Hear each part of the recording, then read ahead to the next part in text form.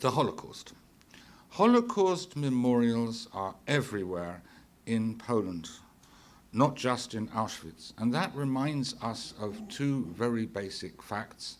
Number one, that the reason why Auschwitz was placed in Poland is not why some people think that they were recruiting a local population to help the Germans in that program. Not at all. The reason why Auschwitz was based in Poland was because that was the place where the target population was located, including the target industries which the Germans wanted the Jewish labor to help them fulfill during the wartime economy that they required bolstering up during the Holocaust period.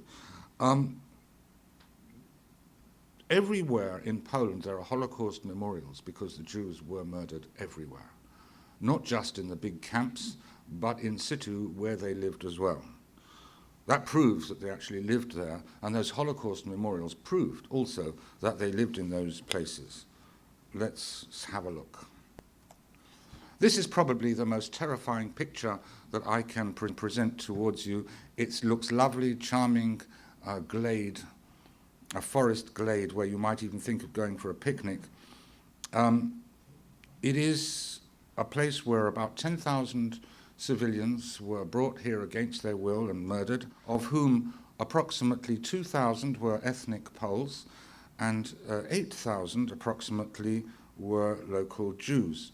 This area, which measures about 100 yards by 100 yards roughly, has in one corner of it this mass grave surrounded by this fence, which you can see, and it marks a particularly horrifying element of the Holocaust with which I wanted to begin, because they should never be forgotten, and they are the key proof of a genocide, namely the mass murder of children. This is a mass grave of 800 children who were murdered in this spot in the middle of June 1942. I'm going to avoid giving you place names because some of you may find these place names unpronounceable, but if you would like me to mention a place name, please just lift your hand and I'll give you the place name. It's not a secret. Okay, so this place is called Zbilitowska Góra. It's a few kilometers outside Tarnów. It is a terrifying place because of this particularly because of the mass murder of children. You would say, why 800 children? So just if you give me 1 minute of commentary on this, it's important to understand how the sociology of the Holocaust, how it unfolded. As you know, the Germans came in, recruited large numbers of people for forced labor, and sent them either away into the depths of Germany to the factories or the places near Auschwitz, which had very important factories located there because it was out of bombing range from the British until quite late on in the war, which meant that the young, strong, strapping people who were going to work in these factories were usually in their 20s or 30s, men and women. And what do young, strapping, strong 20 and 30-year-olds have? They have young families, they have children.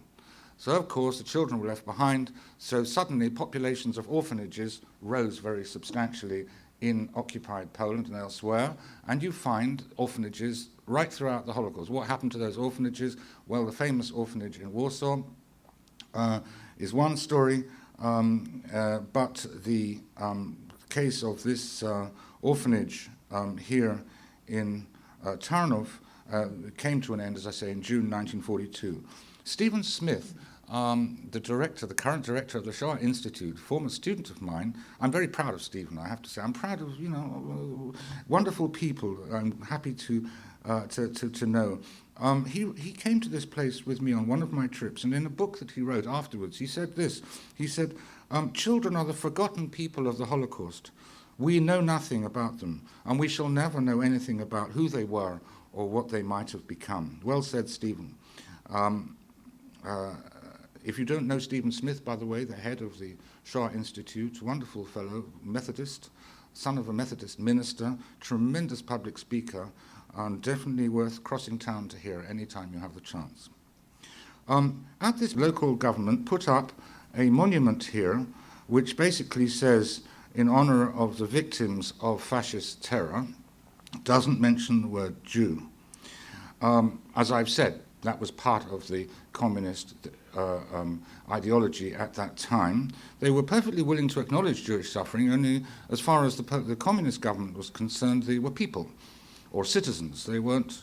Well, it's in Hebrew, Yiddish, and Polish, and it's really outraged language which describes what happened here. But the important thing is that there is both a state monument and here you can see a Jewish monument. It was very important to get that photograph. We had to come back in winter when the leaves were down so you could get both monuments in the same photograph, because if you're coming on a state official visit, you might just see this main monument, not be aware there's a Jewish monument there at all. But both of them are there.